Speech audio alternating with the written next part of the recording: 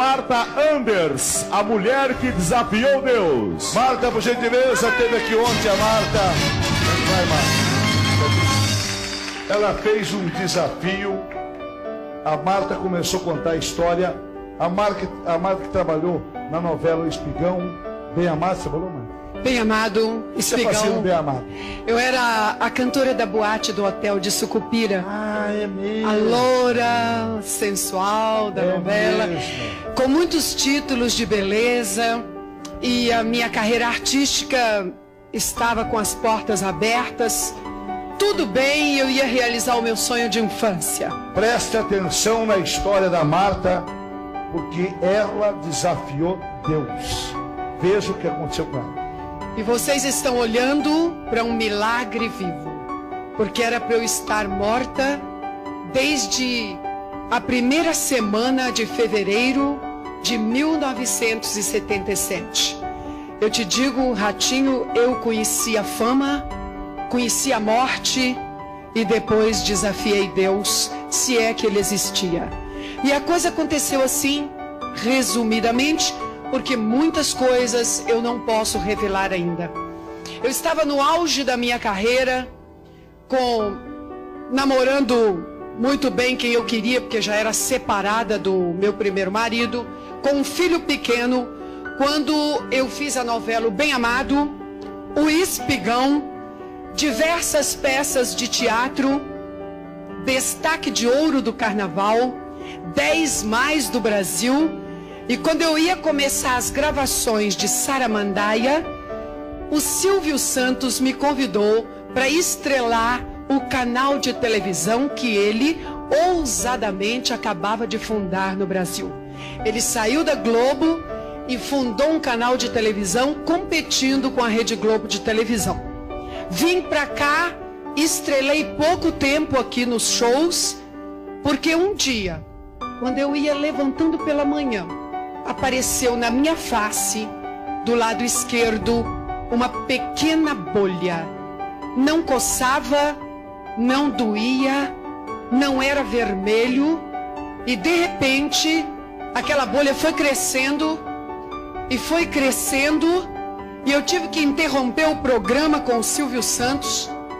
Não pude assinar o contrato que depois eu faria a novela Saramandaia. Não pude ir para os Estados Unidos fazer um filme com o papel da Marilyn Monroe.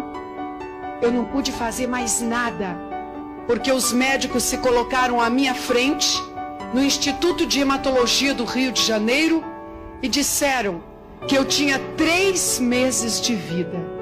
Eu estava com um câncer linfático começando no rosto.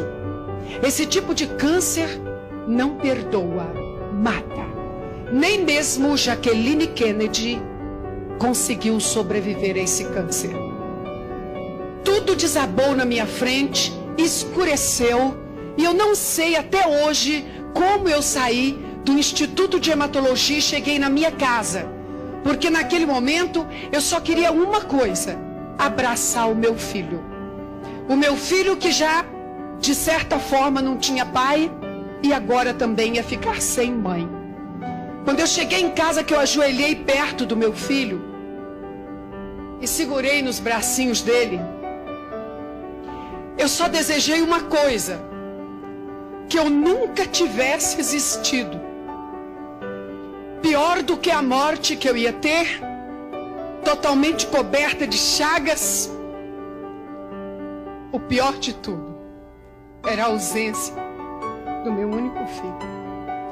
Naquele instante, eu desejei que se apagasse toda a existência. Fiquei olhando para ele, imaginando ele levar uma flor para mim no dia de finados e no Natal. Ele ia sentir que a mãe dele não estaria ali nas festas da família. Eu levantei dali disposta a prorrogar a minha vida o máximo que eu pudesse, para poder ficar um pouquinho mais perto do meu filho. Só por medicamentos. E perto da minha família, que eu amo muito, sempre fui muito amorosa. A carreira desabou. Puseram outras pessoas no meu lugar. Doente tem que ficar de lado, ninguém liga. Os namorados sumiram e o dinheiro foi acabando com medicamentos, com remédios. E eu cheguei num ponto tão terrível que eu cheguei a roubar medicamentos. Não tinha mais dinheiro para nada. Móveis, nada. Até que a bolha cresceu tanto na minha face do lado esquerdo que rompeu a carne, era o nódulo primário do câncer, e começou a escorrer pelo meu pescoço pus, linfa e pedaços da minha face. A minha boca veio parar aqui, com o nariz também. Fiquei cega da vista esquerda, tendo que usar um chapéu de palha, porque se eu tirasse o chapéu, os bichos voavam em mim. Aquela mulher que tinha sido Missy, uma das mulheres mais lindas do mundo, apontada pela imprensa brasileira, tinha virado um trapo humano, inchada e com dores tão terríveis que muitas vezes, fechando a boca, eu me arrastava e colocava minha cabeça dentro do congelador para aliviar os tumores da face. O tamanho dos tumores eram 10 centímetros de altura cada um deles. E eram 3 nódulos só na face. A minha cabeça pendeu de lado. O tumor da mama foi varando meu corpo de fora a fora, as costas, por dentro do corpo. E para vocês terem uma ideia, o cantor Leandro morreu com um nódulo do tamanho de uma laranja. Eu tinha só na face 3. Abandonada, nas filas de indigentes. Um médico bondoso me deu um quarto para morrer na Santa Casa, quando eu estava completamente esquecida. E eu fui. Neste quarto, depois de durante aqueles meses todos, eu ter ido a todas as religiões, eu frequentei o espiritismo da mais alta linha kardecista da mentalização, até a linha de Nagô e de Pólvora. Eu fiz promessa para todos os santos que eu era devota. Eu sempre fui dedicada na religião desde menina. Nada adiantou. Cada vez eu piorava mais quando eu botava a mão nos nódulos de manhã, em cima daquele curativo que parecia um saco que eu fazia. Os tumores estavam maiores ainda. Não havia esperança nenhuma. Eu tinha que morrer, e ainda, segundo as religiões que eu era estudiosa e professava, eu tinha que morrer conformada, suportando a dor, porque diziam que na outra encarnação eu viria mais feliz. E que o meu karma era muito pesado, o meu fardo era desesperador. E que eu me conformasse porque não tinha jeito. Na Santa Casa de Misericórdia, nesse quarto que me deram para morrer, eu já estava em pânico, no maior desespero da minha vida, quando os médicos chegaram para me preparar para no outro dia me entubarem. Chamaram a minha mãe, que sofreu muito com isso. Mandaram ir ao Espírito Santo pegar a família para as despedidas. E foi quando eu resolvi escrever um bilhete de despedida para o meu único filho. E botei assim: querido filho, não venha mais me ver. Eu não sei se vou voltar a te ver algum dia.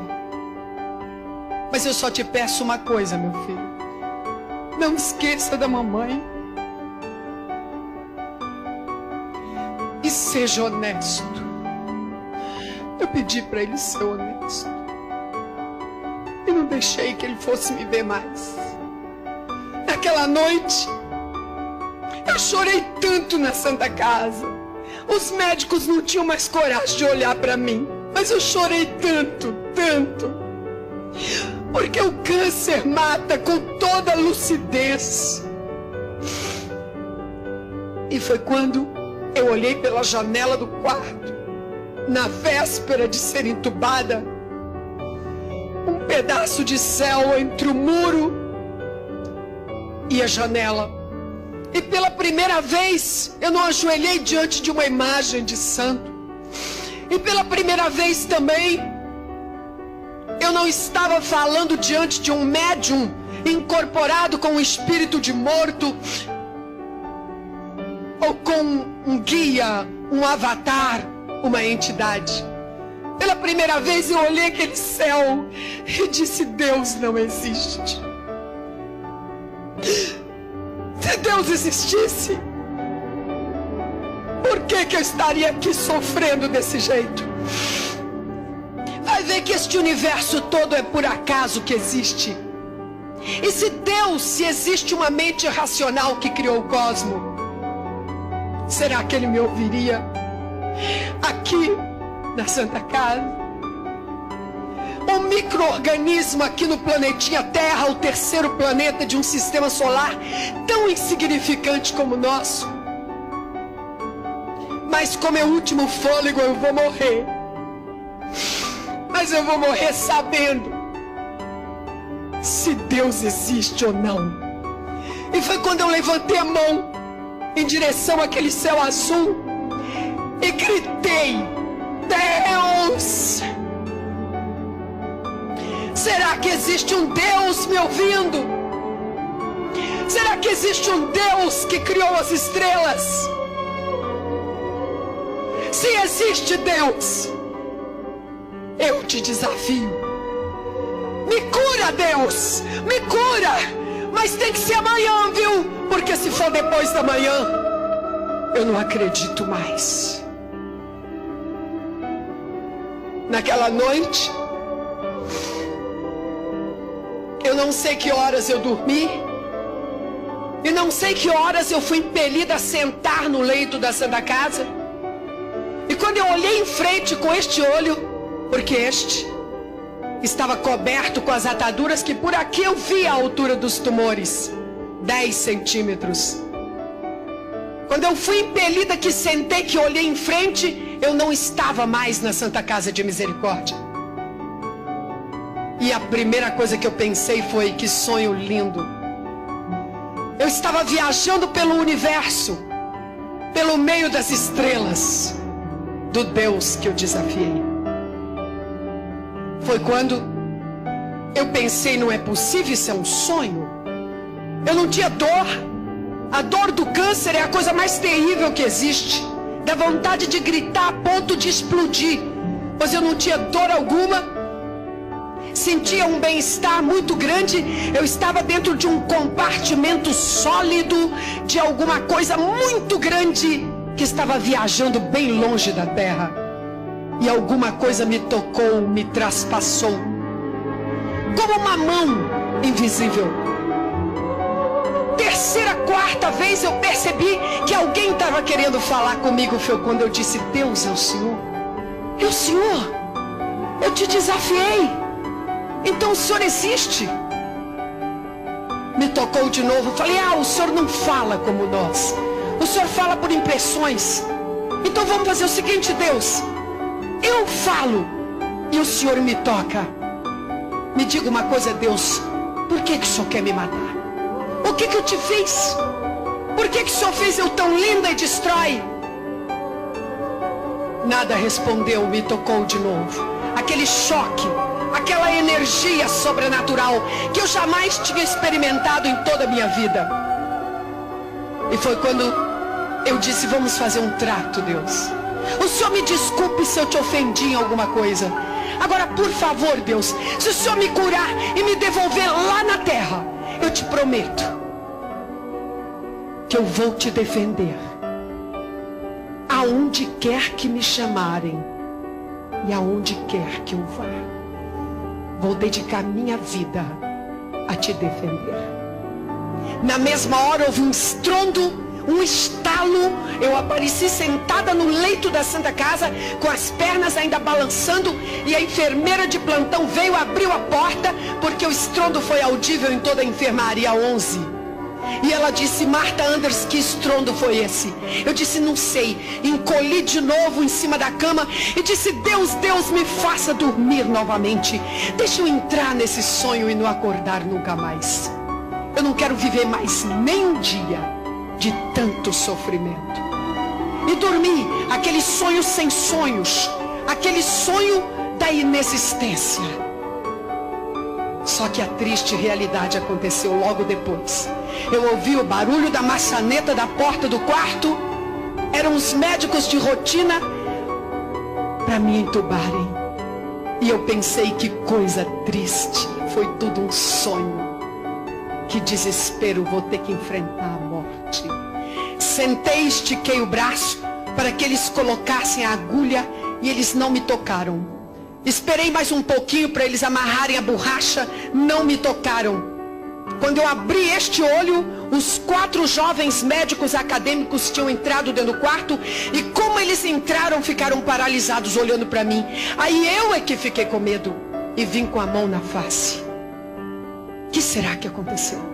Quando eu vim com a mão, como todas as manhãs, a mão traspassou os 10 centímetros. Tocou no nível da face. Eu tirei a mão, a atadura caiu no meu colo, o nariz e a boca no lugar, e a atadura limpa pela primeira vez em quase 2 anos. Eu olhei a janela aberta da Santa Casa. Os primeiros raios de sol, havia uma espécie de gelatina sobre a minha vista. Eu fiz força a abrir e enxerguei o sol na mesma hora, e todas as chagas haviam desaparecido. Ficou só fundo, a marca lá no fundo, aquele saco aonde aqueles monstros que agora já são considerados alienígenas, haviam sido tirados dali de dentro. E foi quando eu gritei: Deus existe.